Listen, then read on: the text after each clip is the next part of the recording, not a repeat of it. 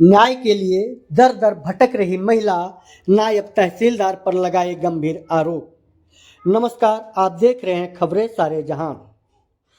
तहसील इकौना परिसर में नगरौरा निवासी महिला उषा सिंह ने सोमवार को नायब तहसीलदार कोर्ट पर गंभीर आरोप लगाए। पीड़िता ने बताया कि वर्ष 2019 में पृथ्वीराज सिंह द्वारा उनके ससुर के हक में एक बैनामा पंजीकृत किया गया था, जिस पर न्यायालय नायब तहसीलदार गिलौला प्रांजल त्रिपाठी के यहाँ मुकदमा विचाराधीन था। महिला के अनुसार उनके ससुर और पति दोनों गंभीर रूप से बीमार चल रहे हैं, जिसके चलते वह स्वयं मुकदमे की पैरवी कर रही थी। आरोप है कि मुकदमे में आदेश पारित करने के एवज में नायब तहसीलदार ने पीड़ित महिला से कुछ धन की मांग की, लेकिन आर्थिक तंगी के कारण वो राशि नहीं दे सकी तो नायब तहसीलदार ने उनके खिलाफ आदेश पारित कर दिया। महिला ने आरोप लगाया कि जब उन्होंने इस विषय में नायब तहसीलदार से बात करनी चाहिए तो अधिकारी ने उनके साथ अभद्रता करते हुए उन्हें कार्यालय से भगा दिया। पीड़ित ने उच्च अधिकारियों से मिलने की निष्पक्ष जांच कर उचित कार्रवाई करने की मांग की है। आइए सुनते हैं क्या है पीड़ित महिला की पूरी कहानी।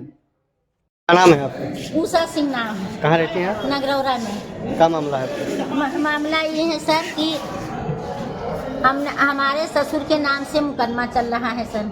हमारे हस्बैंड की तबीयत खराब रहता है, आज सर वो न कहीं आ सकते न जा सकते।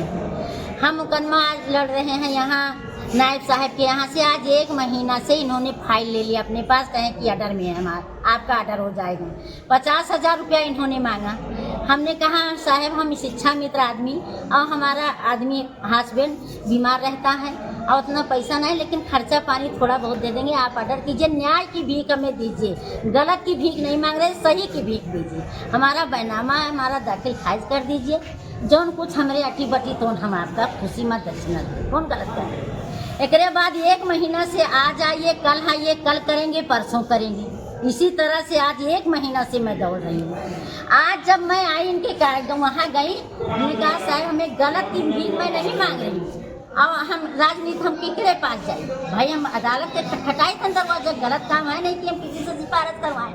तब इन्होंने मुझे भगा दिया, कहा कि जाइए आपका मुकदमा खारिज कर।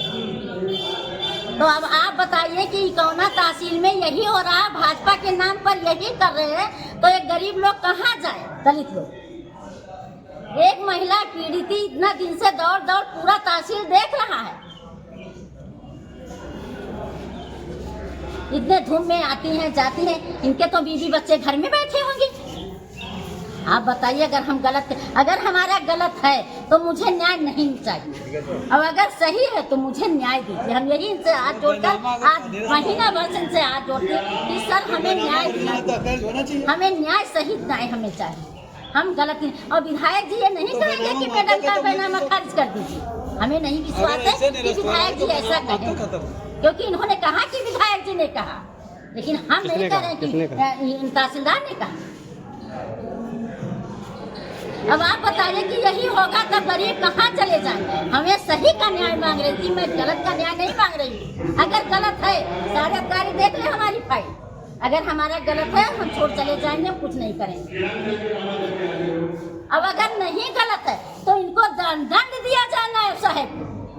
हम योगी आदित्यनाथ मुख्यमंत्री के पास जाएंगे कि साहब अगर आपके राज्य में आपके सरकार में एक महिला पीड़ित रोज दौड़ती है तहसील में। 2019 में हमारा इश्तेहार कटा था, तब से मैं इकौना में लाइन लगा रही हूँ, अब आज तक मैंने न्याय नहीं मिला। आखिरी में हमारा मुकदमा खारिज कर दिया गया।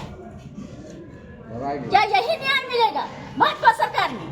हमको भगा दिया अपने कार्यालय से। हम वहाँ गए, वकील साहब कोर्ट पर बैठे थे कि साहब आज मुझे बुलाए थे, ऑर्डर देंगे, तब उन्होंने मुझे भगा दिया।